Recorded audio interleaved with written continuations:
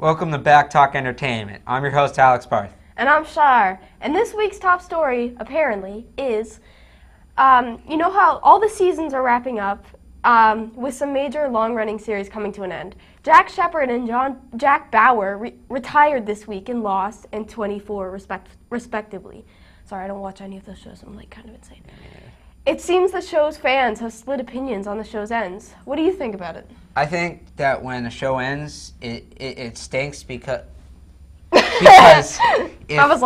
if you like the show and then it's over, then you gotta find something else to watch, and that always hurts because there's more bad shows than good shows on Gossip TV. Girl. And Gossip Girl's one of those good shows. No, you just don't know. In other season finales this week include Dancing with the Stars and American Idol, which is Simon Cowell's last 2 episodes on the show, before he goes over to Britain to work on the X Factor and other shows. Good show. What do you think of the American Idol judge change? To be honest, I'm kind of sick of American Idol. I don't watch it anymore. I can't comment on who's the best contestant. But the name Brittany popped into my head, so if there's a contestant named Brittany, then she's obviously the best one. I think with the judge situation is people originally watched the show to see Simon be a jerk to people and to watch Paula cry. And they got rid of Paula. If they're both gone, they got rid of Paula. They got rid of Simon. The only way I see to save the show is for their judge panel to be Sarah Palin, Kanye West, and Ellen DeGeneres, who's already there. I think those 3 people together, in actuality, would create absolute horror and chaos. But the 3 of them together as judges would be great, because Kanye West would be cutting people off. Sarah Palin would be extremely confused and think that she's judging a beauty pageant. I've seen many Alaskan singers over time. And then Ellen DeGeneres is Ellen DeGeneres. Yeah, she just make fun of all of them. All right, anyway. Jesse James finally speaks out. The husband of actress Sandra Bullock spoke to Nightline, which is airing tonight, about his about his infidelities in the adoption of baby Louie. Told her basically everything, that I had affairs outside of our marriage. He's kind of talking about it as if it's he's like, oh yeah, I had affairs outside our marriage. I appreciate him coming out and everything, but that's kind of annoying. Anyway, Sandra Bullock went through with her adoption of baby Louie right in the middle of the shocking news. That must have been a mess, dude. Jesse's been cheating on her, okay, forever. The story was written in People magazine from Sandra's point of view earlier last month.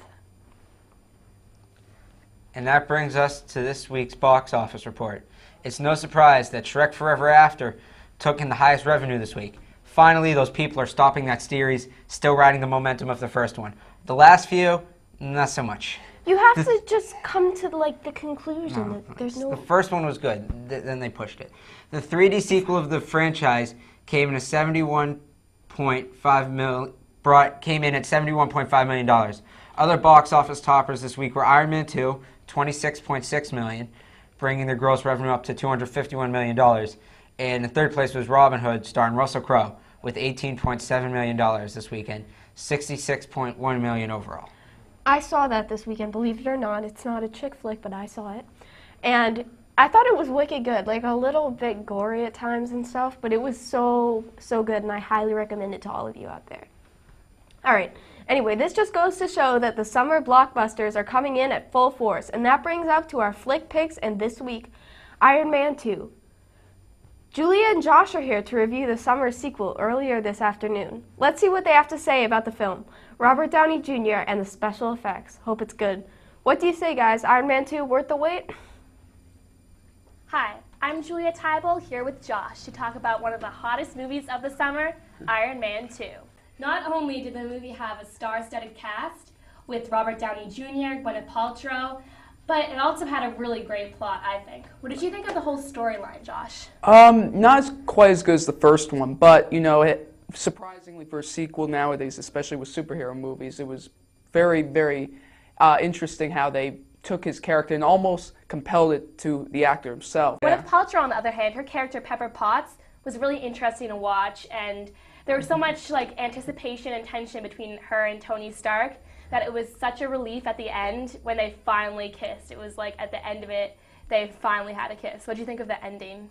Well, you know, it was kind of weird, but at the same time, you know, you thought they deserved it, and she had been through so much, and, you know, you knew it was coming almost.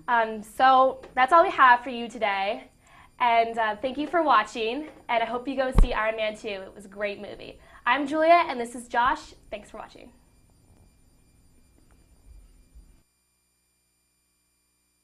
Carl has created many shows, including many shows he's created, written, and edited, and directed many winning animated programs on television. Assist the guy on the teleprompter.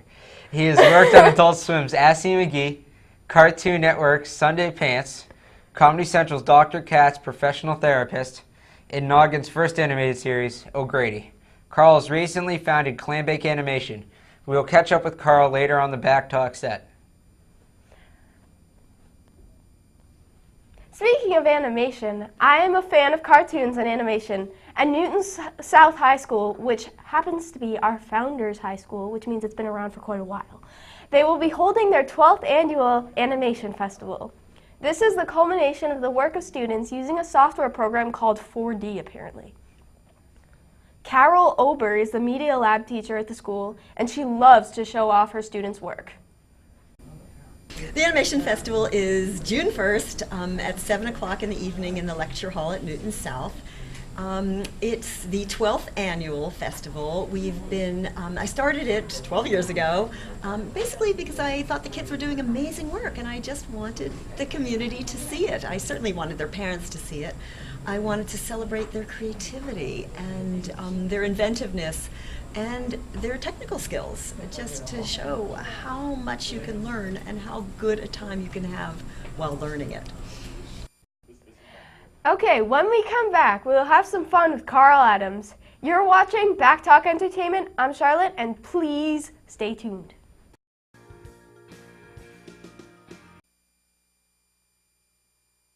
I'm Alex Barth, joined by Charlotte, Dylan, and Carl Adams, founder of Clambake Animations. Yep. So, Carl, what was it like to start your own company?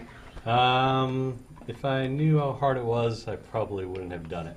But it's good. You know, it's nice not knowing everything, and then that way, little surprises along the way. And now I'm glad I did it. How'd you get into doing animation? I was working at a company after I did my internship from college. I went to Fitchburg State, and I met Tom Snyder, and he said, we're doing a show with Jonathan Katz, and do you want to be part of it? And I said, sure, and jumped in. So, what's your favorite show that you... Your voice sounds familiar. Are you on the radio? Yes. You sound familiar. I do the sun commercial for Salem 5. That's it? How does... Yeah. Yeah, So, I heard that this morning. Cool. So, what's the favorite show that you use your animation magic on? My favorite show that I've ever done? Yeah. Good question. I would say Assy McGee. Can you tell us like a little bit about like how you put the animation together, how long it takes to make a show? Yeah, the shows take a long time. I don't know exactly how long, but they take months to do, but they're stacked. Gosh. So we're at the end of the day, we're actually delivering one every like 3 weeks, but they're all stacked up in the schedule. So you have to be really organized with the scheduling, and the animators have to be on top of their game. You need a really good producer. All right, so I think we might be getting the wrap up. Yeah, that's all the time we have for now. This has definitely been up there, if not number one on my interviews. All right. Carl Adams, producer for Clambake Animations. For the Back Talk Entertainment Show, I'm Alex with Charlotte and Dylan and Carl Adams and Strummer. And Strummer. We'll see you Especially next time. Strummer. Strummer did all the work. You did. Thanks, guys. Done with